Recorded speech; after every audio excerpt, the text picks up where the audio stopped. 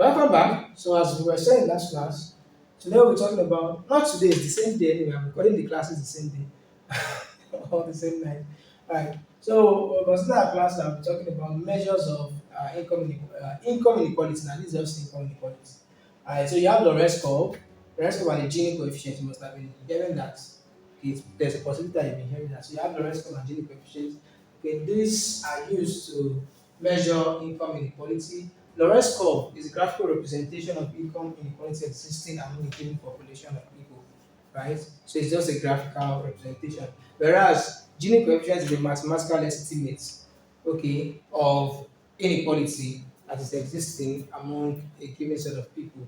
Understand? So while Lorenz curve is the graph, Gini coefficient is the calculation aspect. So the estimate, what we've gotten out arithmetically, okay, the number. That's it. Then you have the TL index, which is also a measure of income inequality. You have the Hoover index, which is a measure of spatial inequality. How many people are living in this place, in that place, and so on and so forth. So, but our focus is on Lorenz curve and Gini coefficient. Now, how does the Lorenz curve work? Now, you have this graph. On the vertical axis, we have the cumulative percentage of income, and then on the horizontal axis, we have the cumulative percentage of population. Now, this line, this green line that you are seeing, is a line of perfect equality. So, line of perfect equality in the sense that there is no inequality at all. When you have this kind of line, this 45-degree line, it means there is no inequality at all. Alright, so the 10%, the first 10% of the populace is enjoying 10% of the country's total income. Now, the first 20% of the populace is enjoying 20%. Let me say first 20%. If you are looking at it that way, it's enjoying 20% of the cumulative income, all right, of the total income in the country. Now, there's also another way to interpret this. This is the first 10%, enjoying 10% of the country's wealth. And you can say the next 10%, because 10 plus 10 is 20, the next 10% is also enjoying like the next 10% of the country's wealth. As and from there, I left a gap, then we went to 90% and 100%. Alright, so here, the last 10% of the populace, between 90 and 10, between 90 and 100, the last 10% of the populace is enjoying, you know, the last 10% or is enjoying 10% of the income of this particular country. If it was both that was here, that would have been the last 10% of the populace. Okay, we call them top 10% now. So it's not last. So the top 10% of the populace is also enjoying 10% of the country's income. So everybody is enjoying kind of the same thing. That's what percentage value. So like there is no inequality at all, right? Now, what is the Lorenz curve? This is the Lorenz curve. All right. So this kind of arc, and that's the Lorenz curve. So okay, going back to this, if this is top 10%, should I call this bottom 10%? Whatever, just read more on it.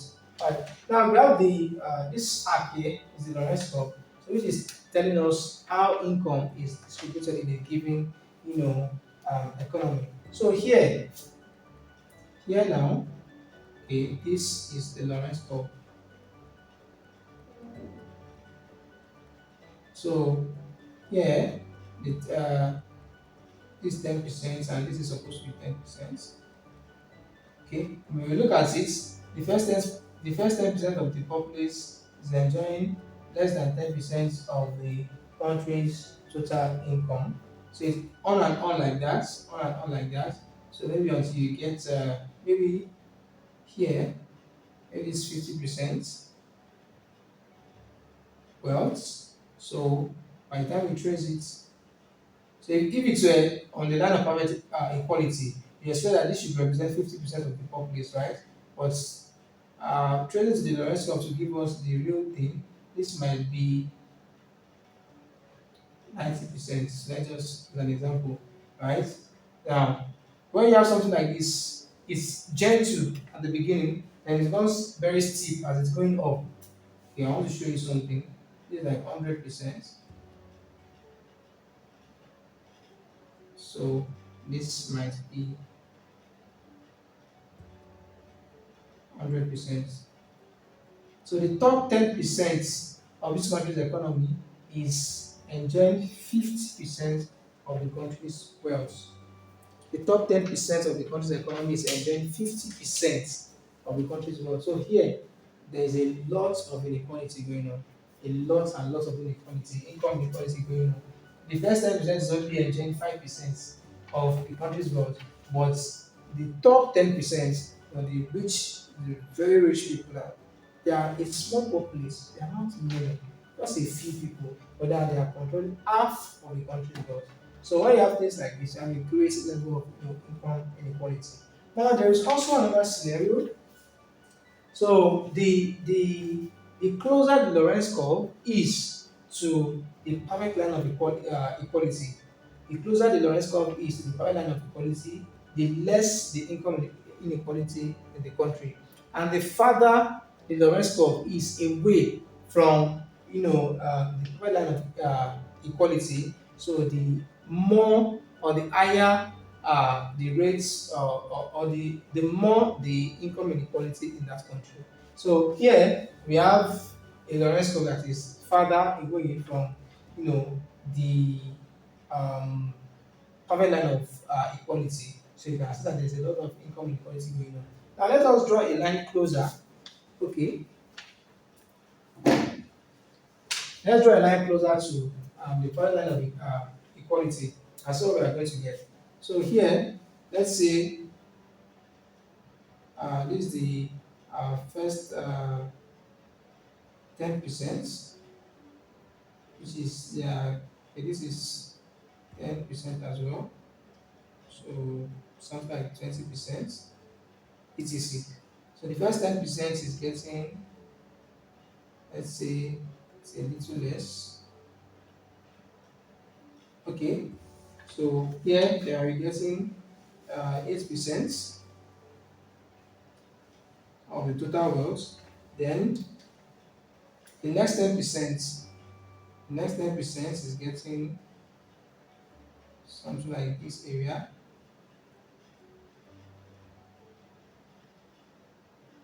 So that might be 15% of the total wealth.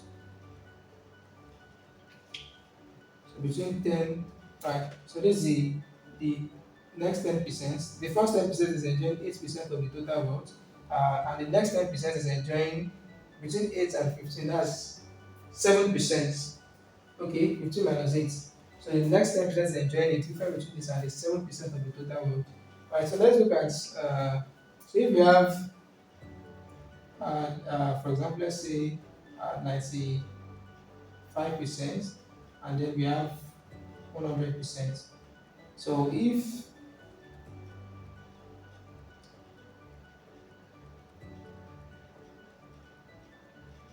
okay, that's 95 in here.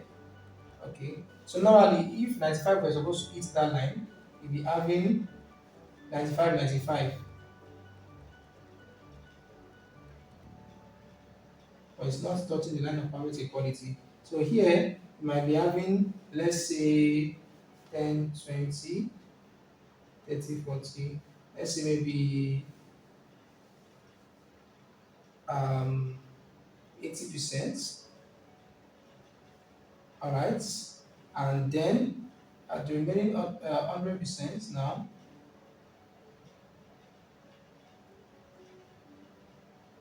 let's say they are the one enjoying, because it will eventually have to touch the line. So the remaining 100%, they are touching the line here.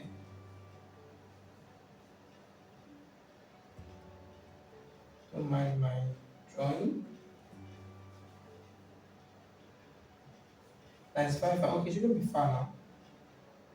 95 and 100 shouldn't be far. So this is where you have 100%. So the top, so 100 minus 95, so that's 5%. So the top 5% of the populace, they are the one enjoying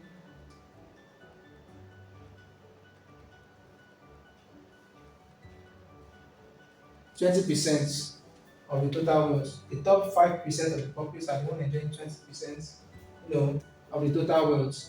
Now, if you are to join this, let's see if it's going to be as fast as this guy. So if you are to join this,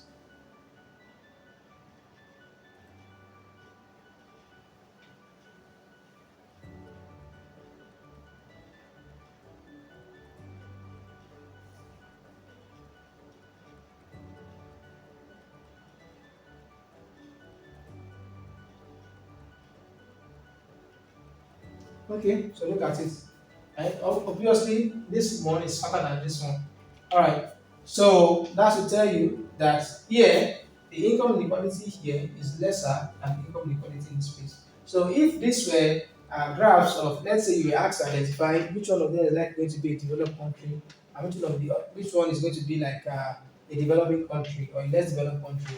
Right? So this is more likely to be a developed country, right? Because there is inequality everywhere. There's income inequality everywhere. You understand?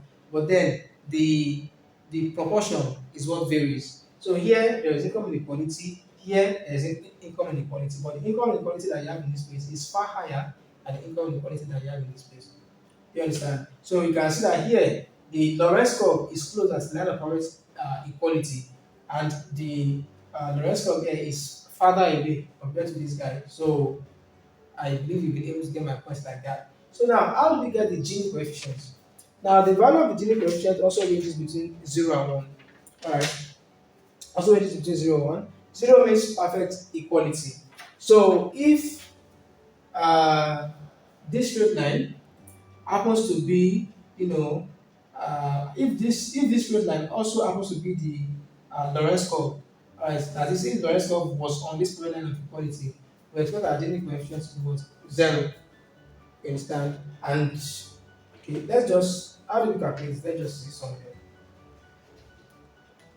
So for this calculate your Gini coefficients, you have A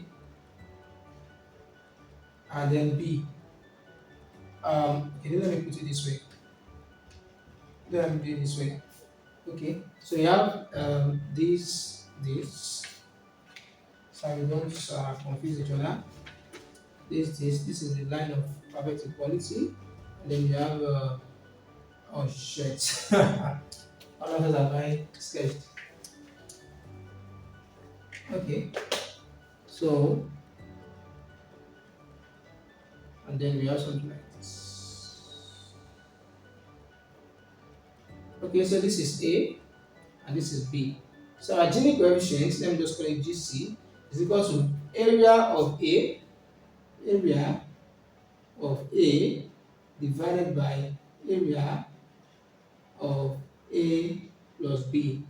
Alright, so our Gini coefficient is the area of the space between the line of perfect equality, all right, and the Lorenz curve. So that area divided by the total area below the line of perfect equality, because A and B they are below the line of perfect equality. All right. So Gini coefficient is the area of the distance between, okay, yeah, it's better like that. Area of the distance between the line of perfect equality and the Lorenz curve divided by the total area under the line of perfect equality. You understand? So we expect this denominator to be more denominator here A plus B. Okay, area of area of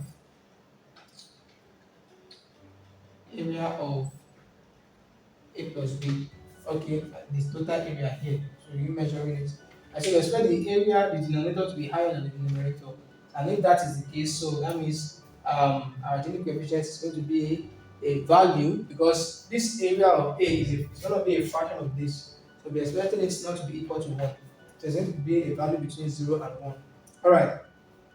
But like I said, if you answer it, if the Gini coefficient is 0, so that means there is no inequality. There is no income inequality. And if it is 1, so in what case can it be 1? Now, first, in what case can it be 0? That means for Gini coefficient to be 0, the numerator has to be equal to 0. Okay, that's area of A must be equal to 0. And how can the area of A be equal to 0? Area of A will be equal to 0 if the Lorenz curve is right on the line of perfect equality. So there's no difference, there's no gap. So this gap is not existing now. The gap between here and here is not existing. Alright, so that means A is going to be 0. Area of A will be 0. Then area of all of the this thing under here Alright, so we are going to have a value for it. There will be a number for it. So let's say maybe x. So 0 over x will give you 0.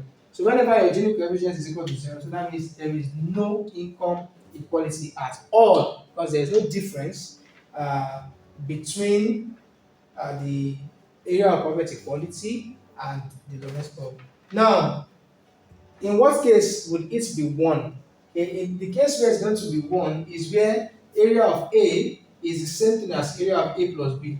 Alright, where area of A is the same thing as area of A plus B, that will be where you have perfect inequality.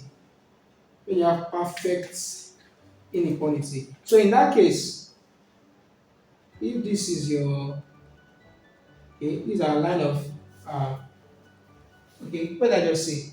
Perfect inequality, right? When it is 1, okay, yeah, that's true. So that's where your area of A is going to be. Now, what is going to happen is that your Lorenz curve will be something like this. So that's how Lorenz curve is going to be. Such that everything here is A and everything here is still A plus B. Understand? So your numerator is the difference between is the area of the distance between the line of perfect equality and the Lorenz curve, which is line of this and this, divided by a plus b is still the same thing as the whole of this. So a is equal to a plus b. So that's what it's saying. Alright. So in this particular case, that means the top, so I mean the top 1% of the population is enjoying 100% of the wealth, 100% of the country's income, or better still, one person in the economy is enjoying 100% of the income. All right, but I think it's probably better to say 1% because it is a percentage. So 1% of the population is enjoying 100% of the country's income. So the remaining 99% of the people are suffering from severe income inequality. So in this particular case, the area of A is same as the area of A plus B. So I think that's all. Okay, about income, the measurement of income inequality. Okay, using the rest of our Gini coefficient. So the next thing is an assignment. And I don't know. Do you have an assignment for it? Yes, I do, as usual. Write three indicators each of economic, social, and political inequality. So what are three things that can be used to measure economic inequality, for example, social inequality and political inequality? And let me give you an example of political inequality, an example of political inequality. So that might be number of um, representation. Okay, it might be representation in the National Assembly.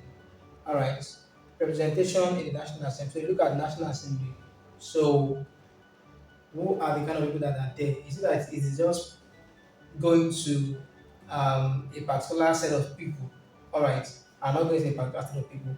Is it that you have maybe people of color, okay, in the National Assembly, and you don't have something like that. So just look at the representation, okay, maybe ethnic representation in the this thing, how do you call it now, in the National Assembly. That's one. Now I've given you one, so you're not going to measure it again. Another one, another indicator I can use is to check appointments of the heads of government ministries, departments, and agencies. Appointment of the heads of government ministries. So look at who are the people that the government has been appointed. Maybe I don't know this is Buhari's government now. So I don't know the governments of the time that you see in this video. So you look at maybe some of those very important key ministries, departments, and agencies. So look at the kind of people that are there. So is it just male? Okay, is it more of male? Is it more of female? Like I said, these things are intertwined. Understand? These inequalities are intertwined. So it can come. Political inequality, for example, can come in different ways. So there might be political inequality in terms of your ethnic group, might be in terms of your gender, it might be in terms of your religion, understand? And it might be in terms of your closeness to the president. So if you are family members, you are one of the cronies of the president, so you might just be heading government agencies up and down, and people that are well deserving won't get it. So just think and research. So I'm giving you on political inequality. Now, second assignment is write briefly about Nigeria's income inequality, making reference to the latest Gini coefficient data. Right, so you are going to write a story about inequality in Nigeria. So that's what is basically saying. Inequality, income inequality in Nigeria. It's so with you making reference to the latest Gini-coefficient data. Right, and then number three, explain five policies that the Nigerian government has used to fight income inequality in Nigeria. So I'm not asking to recommend any policies now. Just look at the things that the Nigerian government has done. You understand? So explain five of those policies that the government has used to fight income inequality in Nigeria, so far. So maybe your respective universities may not be tasked, with suggesting policies that the government can use, to fight income inequality in whatever country, that you are living in, or for whatever country. So for Nigeria, for example, you already know, by doing this kind of assignments, you already know what the government has done. So with that, they can recommend what the government should do better, or what new things you think that the government should do in order to fight income inequality. So that's that about it. And like I said, I think this should be the last class, okay, on this particular course. This video I'm recording is going to be for a 200 level course. Understand? So, but I don't know when you're going to be saying it. But the way we designed it is meant to be for a development course in 200 level. But it's going to be useful for people in some schools might have this topic in 200 level, some maybe in 300 level, and all like that. So I'm happy to be coming to the end of this course right now. So thank you for being here thus far. I appreciate your presence, I appreciate your input, and thank you for listening to us, whatever it is you want to say. And thank you for giving us the opportunity to help you with your academics. So see you next time. Bye bye.